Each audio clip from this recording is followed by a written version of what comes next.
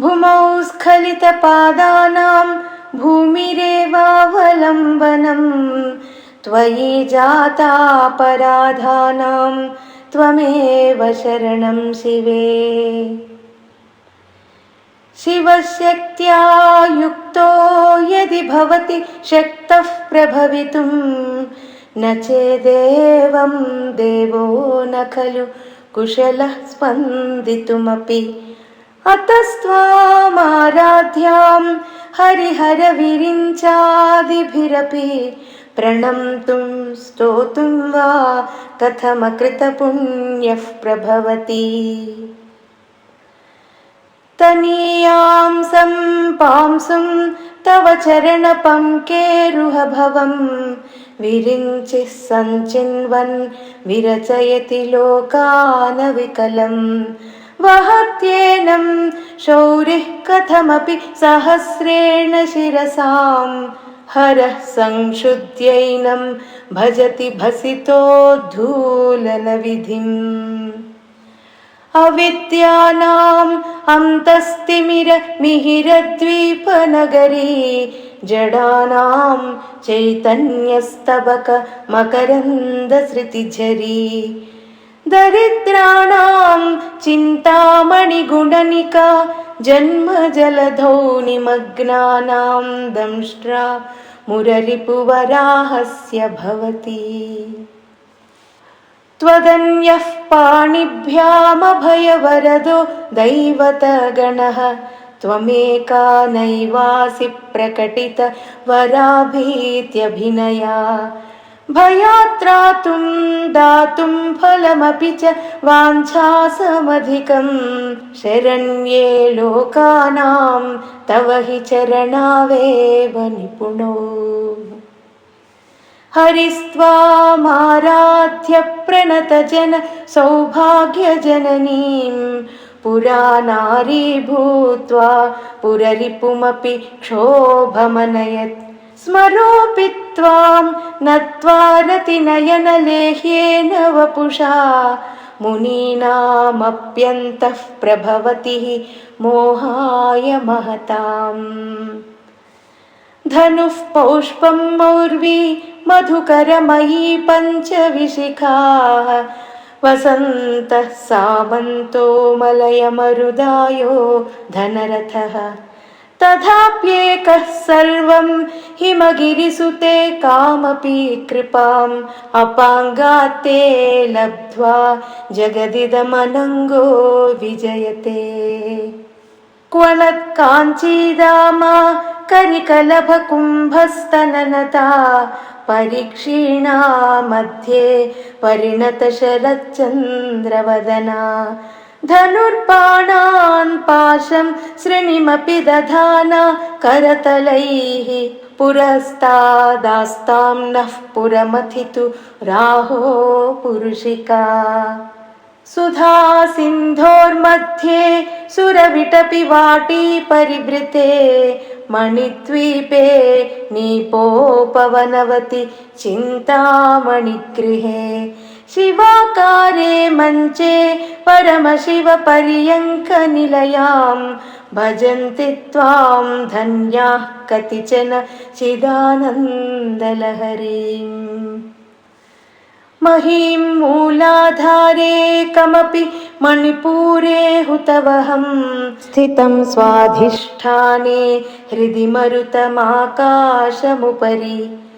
मनोऽपि भ्रूमध्ये सकलमपि भित्त्वा कुलपथं सहस्रारे पद्मे सह रहसि पत्या विहरसे। सुधाधारासारैः चरणयुगलान्तर्विगलितैः प्रपञ्चं सिञ्चन्ति पुनरपि रसाम्नाय महसः। अवाप्य स्वां भूमिं भुजगनिभमध्युष्ठवलयं स्वमात्मानं कृत्वा स्वपिशिकुलकुण्डे कुहरिणी। चतुर्भिः श्रीकण्ठैः शिवयुवतिभिः पञ्चभिरपि प्रभिन्नाभिर्शम्भोर्नवभिरपि मूलप्रकृतिभिः चतुश्चत्वारिंशत्वसुदलकलास्रत्रिवलय त्रिरेखाभिः सार्धं तव शरणकोणाः परिणताः। त्वदीयं सौन्दर्यं तुहिनगिरिकन्ये तुलयितुं कवीन्द्राः कल्पन्ते कथमपि विरिञ्चि प्रभृतयः। यदा लोकौत्सुक्यादमरललनायान्ति मनसा तपोभिर्दुष्प्रापामपि गिरिशसायुज्य पदवीम्। नरं वर्षीयांसं नयनविरसं नर्मसूजडं तवापाङ्गालोके पतितमनुधावन्ति शतशः। गलद्वेणीबन्धाः कुचकलशविस्रस्तशिचयाः हठात् तृच्यत्काञ्च्यो विगलितदुकूला युवतयः। क्षितौ 55,50 हुताशे 62,50 दिवि 33 मनसि च 64 ये मयूखास्तेषामप्युपरि तव पादाम्बुजयुगम्। शरज्योत्स्नाशुद्धां शशियुतजटाजूटमकुटां वरत्रासत्राणस्फटिकघुटिका पुस्तककरां सकृन्नत्वा नत्वा कथमिव सतां सन्निदधते मधुक्षीरद्राक्षा मधुरिमधुरीणाः पणितयः। कवीन्द्राणां चेतः कमलवनबालातपरुचिं भजन्ते ये सन्तः कतिचिदरुणामेव भवतीं। विरिञ्चिः प्रेयस्यास्तरुणतरशृङ्गारलहरी गभीराभिर्वाग्भिर्विदधति सतां रञ्जनममी। सवित्रीभिर्वाचां शशिमणिशिलाभङ्गरुचिभिः वशिन्याद्याभिस्त्वां सह जननि संचिन्तयति यः। सकर्ता काव्यानां भवति महतां भङ्गिरुचिभिः वचोभिर्वाग्देवी वदनकमलामोदमधुरैः। तनुच्छायाभिस्ते तरुणतरणिश्रीसरणिभिः दिवं सर्वामुर्वीमरुणिमनिमग्नां स्मरति यः। भवन्त्यस्यत्रस्यत्वनहरिण शालीननयनाः सहोर्वश्यावश्याः कतिकतिन गीर्वाणगणिकाः। मुखं बिन्दुं कृत्वा कुचयुगमधस्तस्य तदधो हरार्थं ध्यायेद्यो हरमहिषिते मन्मथकलां। ससद्यः संक्षोभं नयति वनिता इत्यतिलघु त्रिलोकीमप्याशुभ्रमयति रवीन्दुस्तनयुगाम्। किरन्तीमङ्गेभ्यः किरणनिकुरुम्बामृतरसं हृदि त्वामाधत्ते हिमकरशिलामूर्तिमिव यः। ससर्पाणां दर्पं शमयति शकुन्ताधिपैव ज्वरप्लिष्ठान् दृष्ट्या सुखयति सुधाधारशिरया। तटिल्लेखा तन्वीं तपनशशिवैश्वानरमयीं निषण्णां षण्णामप्युपरि कमलानां तव कलां। महापद्माटव्यां मृदितमलमायेन मनसा महान्तः पश्यन्तो दधति परमाह्लादलहरीम्। भवानि त्वं दासे मयि वितरदृष्टिं सकरुणाम् इति स्तोतुं वाञ्छन् कथयति भवानि त्वमिति यः। तदैव त्वं तस्मै दिशसि निजसायुज्य पदवीं मुकुन्द ब्रह्मेन्द्रस्फुटमकुट नीराजितपदाम्। त्वया हृत्वा वामं वपुरपरितृप्तेन मनसा शरीरार्थं शम्भोरपरमपि शङ्के हृतमभूत्। यदेतत्त्वद्रूपं सकलमरुणाभं त्रिनयनं कुचाभ्यामानम्रं कुटिलशशिचूडालमकुटम्। जगत्सूते धाता हरिरवतिरुद्रः क्षपयते तिरस्कुर्वन्नेतत्स्वमपि वपुरीश स्थिरयति।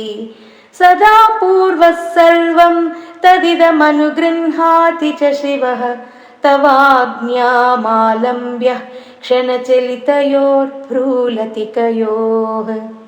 त्रयाणां देवानां त्रिगुणजनितानां तव शिवे भवेत् पूजा तव चरणयोर्या विरचिता। तथा हि त्वत्पादोद्वहनमणिपीठस्य निकटे स्थिता ह्येते शश्वन्मुकुलितकरोत्तंसमकुटाः।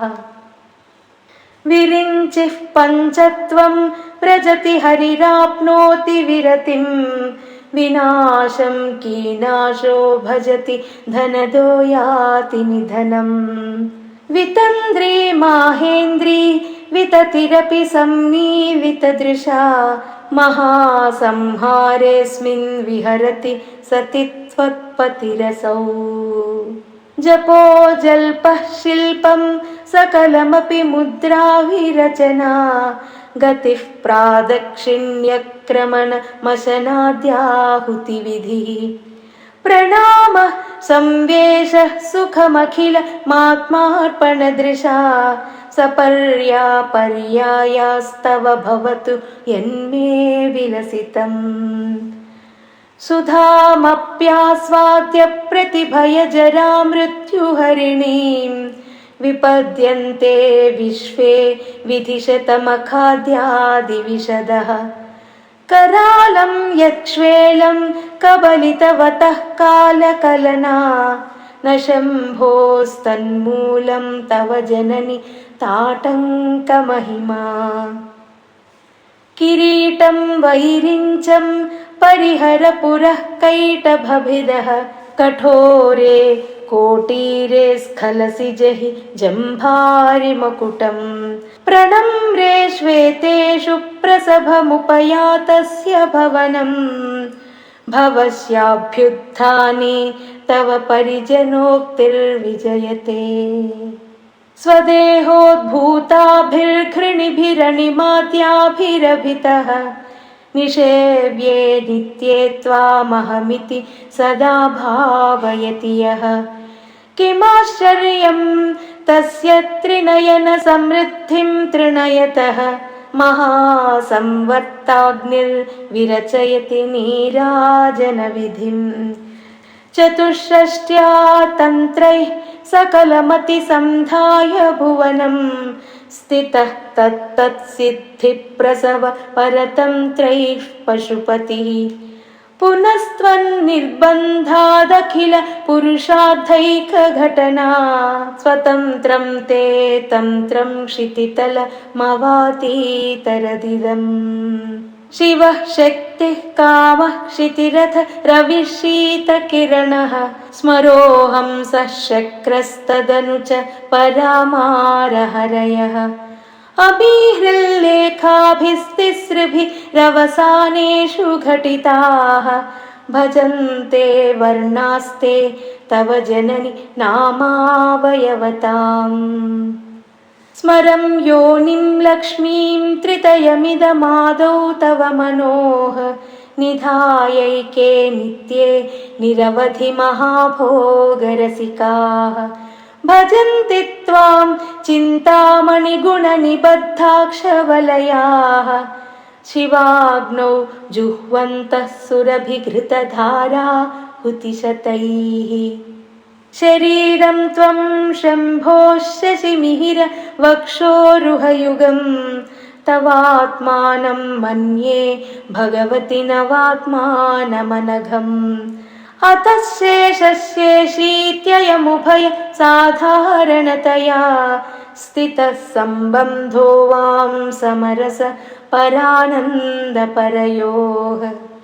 मनस्त्वं व्योमत्वं मरुदसि मरुत्सारथिरसि त्वमापस्त्वं भूमिस्त्वयि परिणतायां नहि परम् त्वमेव स्वात्मानं परिणमयितुं विश्ववपुषा चिदानन्दाकारं शिवयुवति भावेन बिभृशे तवाज्ञाचक्रस्थं तपनशशिकोटिद्युतिधरं परं शम्भुं वन्दे परिमिलितपार्श्वं परचिता यमाराध्यन् भक्त्या रविशशिशुचीनामविषये निरालोके लोके निवसति हि भालोकभुवने विशुद्धौ ते शुद्धस्फटिक विशदं व्योमजनकं शिवं सेवे देवीमपि शिवसमानव्यवसितां ययोः कान्त्या यान्त्याः शशिकिरण सारूप्यसरणेः विधूतां तर्ध्वान्ता विलसति चकोरीव जगति समुन्मीलत् संवित्कमलमकरन्दैकरसिकं भजेऽहं सद्वन्द्वं किमपि महतां मानसचरम् यदालापादष्टादशगुणितविद्यापरिणतिः यदा दत्ते दोषाद्गुणमखिलमद्भ्यः पयैव तव स्वाधिष्ठाने हुतवहमधिष्ठाय निरतं तमीडे संवर्तं जननि महतीं तां च समयां यदा लोके लोकान् दहति महति क्रोधकलिते दयार्द्राया दृष्टिः शिशिरमुपचारं रचयति तटित्वन्तं शक्त्यातिमिरपरिपन्थिस्फुरणया स्फुरन्नानारत्नाभरण परिणद्धेन्द्रधनुषम् तव श्यामं मेघं कमपि मणिपूरैकशरणं निषेवे वर्षं तं हरमिहिरतप्तं त्रिभुवनम् तवाधारे मूले सह समयया नास्य परया नवात्मानं मन्ये नवरसमहाताण्डवनटम् उभाभ्यामेताभ्यामुदय विधिमुद्दिश्य दयया सनाथाभ्यां जज्ञे जनकजननीमज्जगदिदम् गतैर्माणिक्यत्वं गगनमणिभिः सान्द्रघटितं किरीटं ते हैमं हिमगिरिसुते कीर्तयति यः सनीडे यच्छायाच्छुरणशबलं चन्द्रशकलं धनुःशौणासीरं किमिति न निबध्नाति धिषणाम् धुनोतु ध्वान्तं न स्तुलितदलितेन्दीवरवनं घनस्निग्धश्लक्ष्णं चिकुरनिकुरुम्बं तव शिवे यदीयं सौरभ्यं सहजमुपलब्धुं सुमनसो वसन्त्यस्मिन् मन्ये वलमथनवाटीविटपिनाम् तनोतु क्षेमं नस्तव वदन सौन्दर्यलहरी परिवाह स्रोतः सरणिरिव सीमन्तसरणिः वहन्ति सिन्दूरं प्रबलकबरी भारतिमिरद्विषां बृन्दैर्बन्दीकृतमिव नवीनार्ककिरणम् अरालैः स्वाभाव्यात् अनिकलभसश्रीभिरलकैः परीतं ते वक्त्रं परिहसति पङ्केरुहरुचिं दरस्मेरे यस्मिन् दशनरुचिकिञ्जल्करुचिरे सुगन्धौ माद्यन्ति स्मरदहन चक्षुर्मधुलिहः ललाटं लावण्यद्युतिविमलमाभाति तव यत् द्वितीयं तन्मन्ये मकुटघटितं चन्द्रशकलं विपर्यासन्न्यासादुभयमपि सम्भूय च मिथः सुधालेपस्यूतिः परिणमति राकाहिमकरः भ्रुवौ भुग्ने किञ्चित् भुवनभयभङ्गव्यसनिनि त्वदीये नेत्राभ्यां मधुकररुचिभ्यां धृतगुणम् धनुर्मन्ये सव्येतरकरगृहीतं रतिपतेः प्रकोष्ठे मुष्टौ च स्थगयति निगूढान्तरमुमे अहः सूते सव्यं तव नयनमर्कात्मकतया त्रियामां वामं ते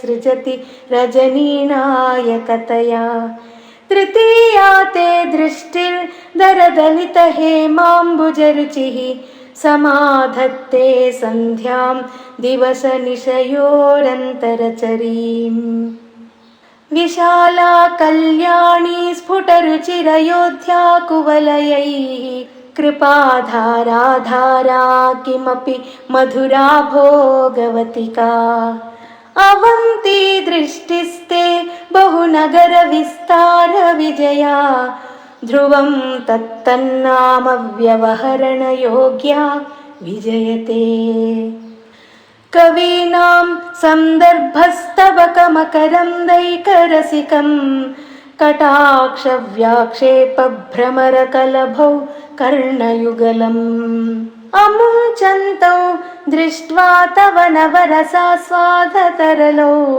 असूया संसर्गात् अलिकनयनं किञ्चिदरुणम् शिवे शृङ्गाराद्रा तदितरजने कुत्सनपरा सरोषा गङ्गायां गिरिशचरिते विस्मयवती हराहिभ्यो भीता सरसिरुह सौभाग्यजयिनी सखीषु स्मेराते मयि जननि दृष्टिः सकरुणा गते कर्णाभ्यर्णं गरुत इव पक्ष्माणि दधति पुरां भेतुश्चित्तप्रशमरसविद्रावणफले इमे नेत्रे गोत्राधरपतिकुलोत्तं सकलिके तवाकर्णाकृष्टस्मरशरविलासं कलयतः विभक्तत्रैवर्ण्यं व्यतिकरितलीलाञ्जनतया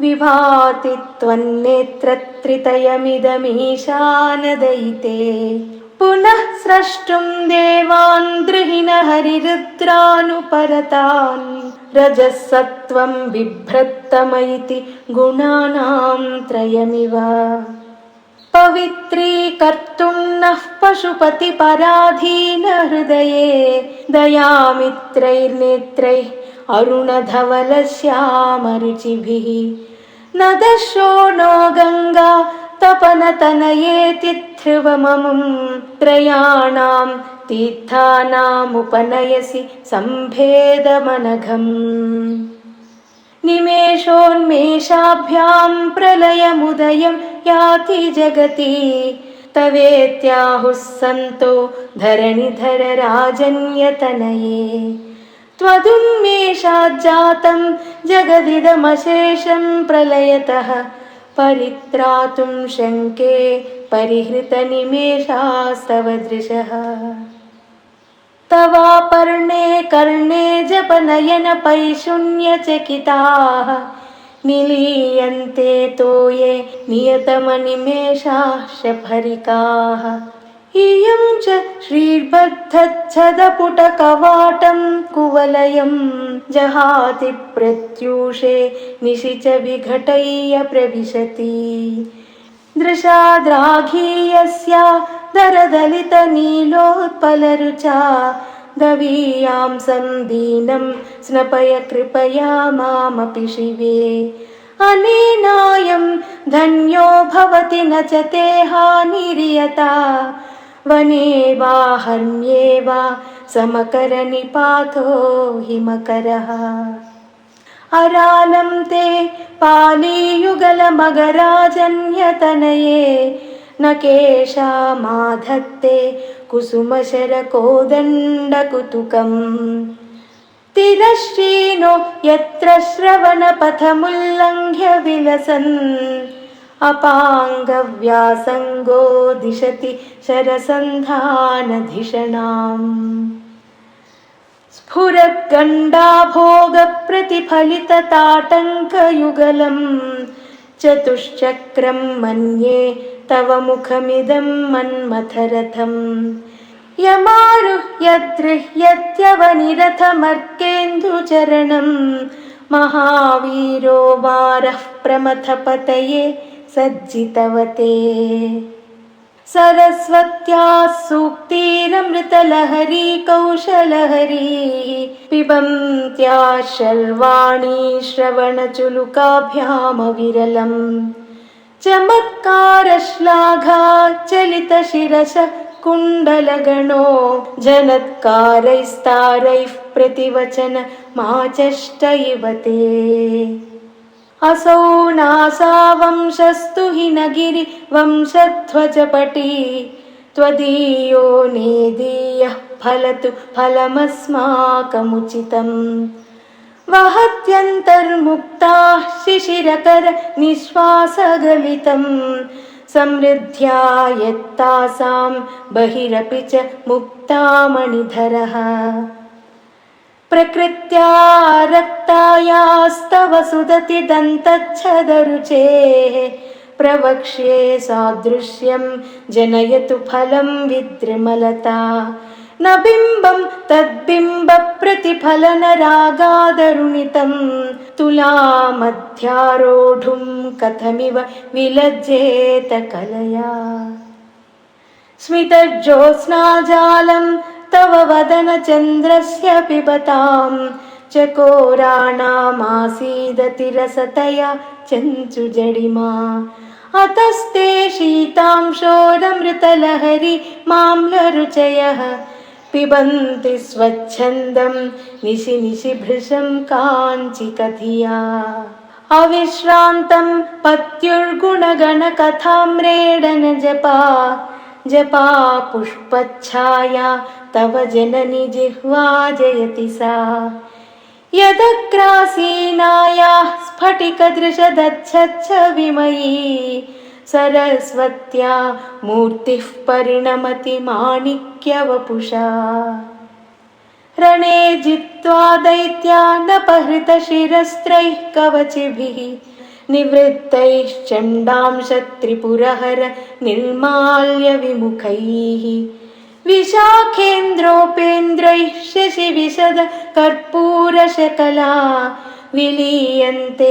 मातस्तव वदनताम्बूलकबलाः विपञ्च्या गायन्ती विविधमपदानं पशुपतेः त्वयारब्धे वक्तुं चलितशिरसा साधुवचने तदीयैर्माधुर्यैरपलपिततन्त्रीकलरवां निजां वीणां वाणी निचुलयति चोलेन निभृतम् कराग्रेण स्पृष्टं तुहिनगिरिणा वत्सलतया गिरीशेनोदस्तं मुहुरधरपानाकुलतया करग्राह्यं शम्भोर्मुखमुकुरवृन्तं गिरिसुते कथं कारं ब्रूमस्तव चुबुकमौपम्यरहितम् भुजाश्लेषान्नित्यं पुरदमयितुः कण्टकवती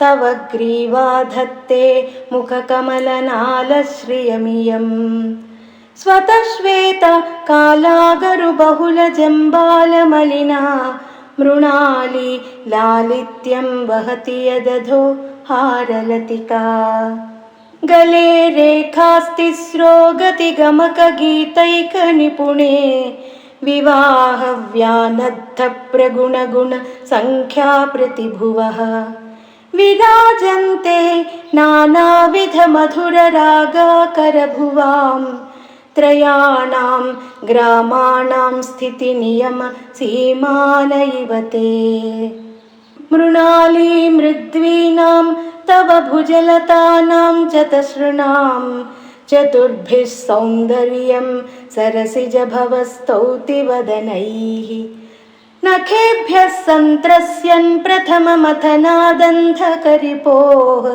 चतुर्णां शीर्षाणां सममभयहस्तार्पणधिया नखानामुद्योतैर्नवनलिनरागं विहसतां कराणां ते कान्तिं कथय कथयामः कथमुमे कयाचिद्वा साम्यं भजतु कलया हन्तकमलं यदि क्रीडल्लक्ष्मीचरणतललाक्षारसचणम् समं देवि स्कन्दद्विपवदनपीतं स्तनयुगं तवेदं नः खेदं हरतु सततं प्रस्नुतमुखं यदालोक्याशङ्काकुलितहृदयो हासजनकः स्वकुम्भौ हेरम्भः परिमृशति हस्तेन झटिति अमूते वक्षौजौ वमृतरसमाणिक्यकुतुपौ न सन्देहस्पन्दो नगपतिपताके मनसि नः पिबन्तौ तौ यस्मादविदितवधूसङ्गरसिकौ कुमारा वद्यापि द्विरदवदनक्रौञ्चदलनौ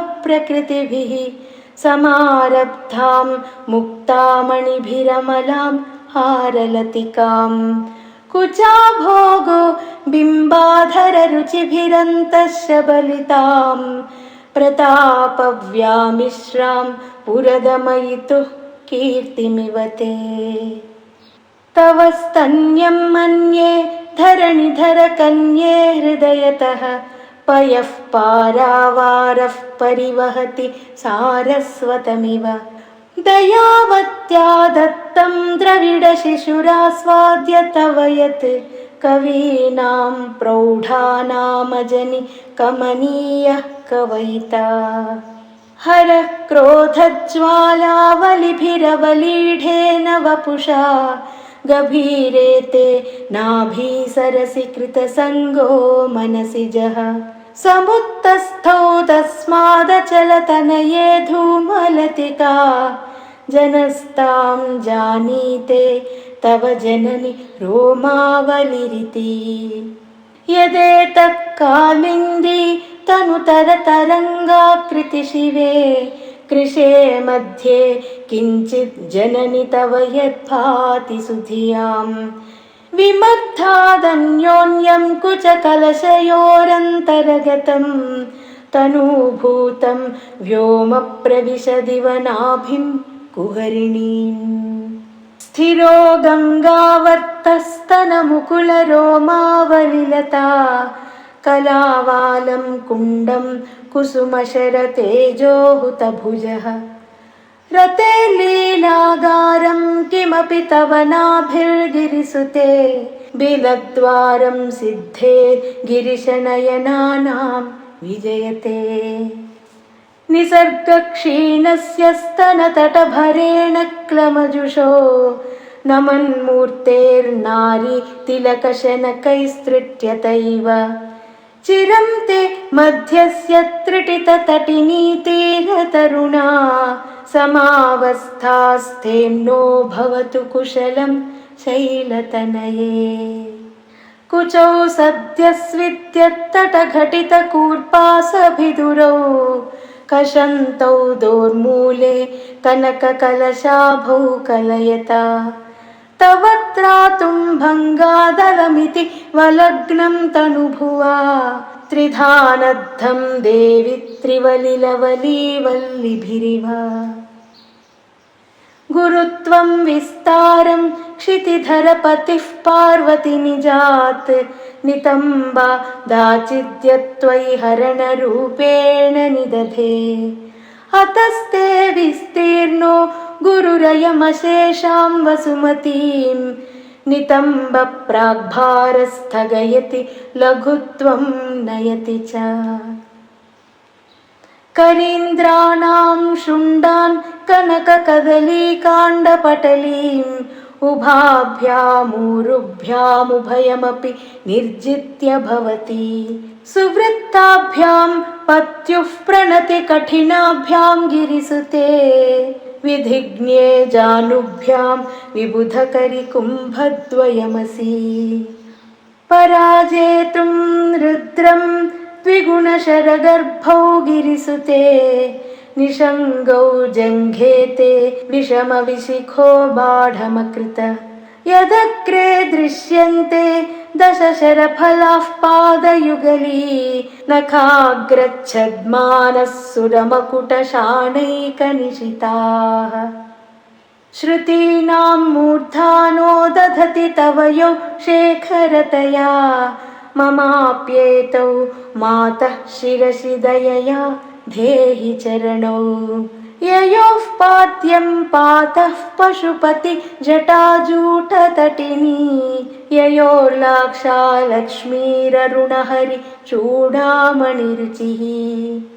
नमो वाकं ब्रूमो नयनरमणीयाय पदयोः तवास्मै द्वन्द्वाय स्फुटरुचि रसालक्तकवते। असूयत्यत्यन्तं यथविहननाय स्पृहयते पशूनामीशानः प्रमदवन कङ्केलितरवे। मृषा कृत्वा गोत्रस्खलनमथ वैलक्ष्यनमितं ललाटे भर्तारं चरणकमले ताडयति ते। चिरादन्तशल्यं दहनकृतमुन्मूलितवता तुलाकोटिक्वाणैः किलिकिलित मीशानरिपुना। हिमानी हन्तव्यं हिमगिरिनिवासैकचतुरौ निशायां निद्राणं निशिचरमभागे च विशदौ। वरं लक्ष्मीपात्रं श्रियमतिसृजं तौ समयिनां सरोजं त्वत्पादौ जननि जयतश्चित्रमिह किम्। पदं ते कीर्तीनां प्रपदमपदं देवि विपदां कथं नीतं सद्भिः कठिनकमठीकर्परतुलां। कथं वा पाणिभ्यामुपयमनकाले पुरभिरा यदादायन्यस्तं दृशदि दयमानेन मनसा। नखैर्नाकस्त्रीणां करकमलसङ्कोचशशिभिः तरूणां दिव्यानां हसत इव ते चण्डिचरणौ।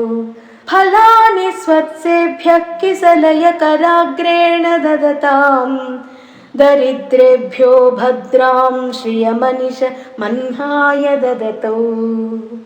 ददाने दीनेभ्यः श्रियमनिशमाशानुसदृशीम् अमन्दं सौन्दर्यप्रकरमकरन्दं विकिरति। तवास्मिन् मन्दारस्तव कशुभगे यातु चरणे निमज्जन् मज्जीवः करणचरणः षट्चरणताम्। पदन्यासक्रीडा परिचयमिवारब्धु मनसः स्खलन्तस्ते खेलं भवनकलहं सा न जहति। अतस्तेषां शिक्षां सुभगमणिमञ्जीररणितच्चलादाचक्षाणं चरणकमलं चारुचरिते। गतास्ते मञ्चत्वं द्रुहिणहरिरुद्रेश्वरभृतः शिवः स्वच्छच्छाया कपटघटितप्रच्छदपटः। त्वदीयानां भासां प्रतिफलन रागारुणतया शरीरी शृङ्गारो रस इव दृशां दोग्धिकुतुकम्। हरालाकेशेषु प्रकृतिसरला मन्दहसिते शिरीषाभाचित्ते दृशदुपल शोभाकुचतटे। भृशं तन्वी मध्ये पृथुरुरसिजारोह विषये जगत्त्रातुं शम्भोर्जयति करुणा काचिदरुणा।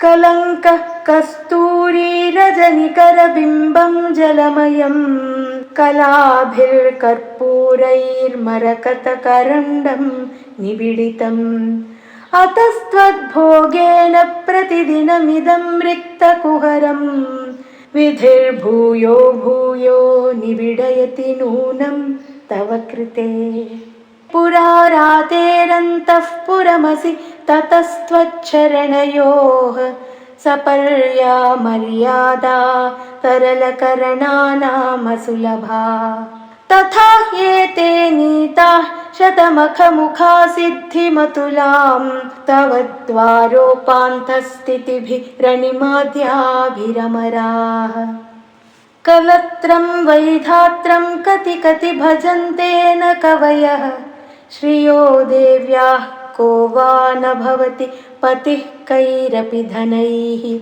महादेवं हित्वा तव सति सती चरमे कुचाभ्या मा सङ्गः कुरवकतरोरप्यसुलभः गिरामाहुर्देवीं गृहिणीम् आगमविदो हरेः पत्नीं पद्मां हरसहचरीमद्रितनयां तुरीया कापि त्वं दुरधिगमनिस्सीममहिमा महामाया विश्वं भ्रमयसि परब्रह्ममहिषी कदा काले मातः कथय कलितालक्तकरसं पिबेयं विद्यार्थी तव चरण निर्नेजनजलम् प्रकृत्या मूकानामपि च कविता कारणतया कदा धत्ते वाणी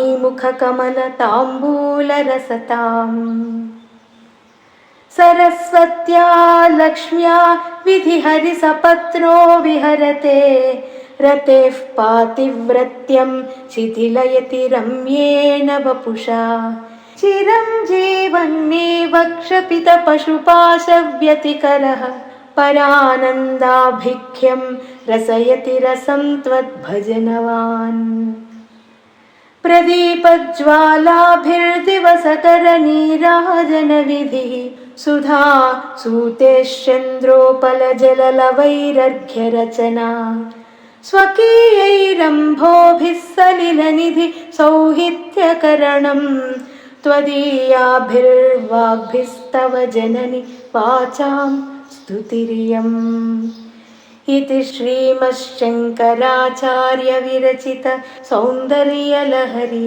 सम्पूर्णम्।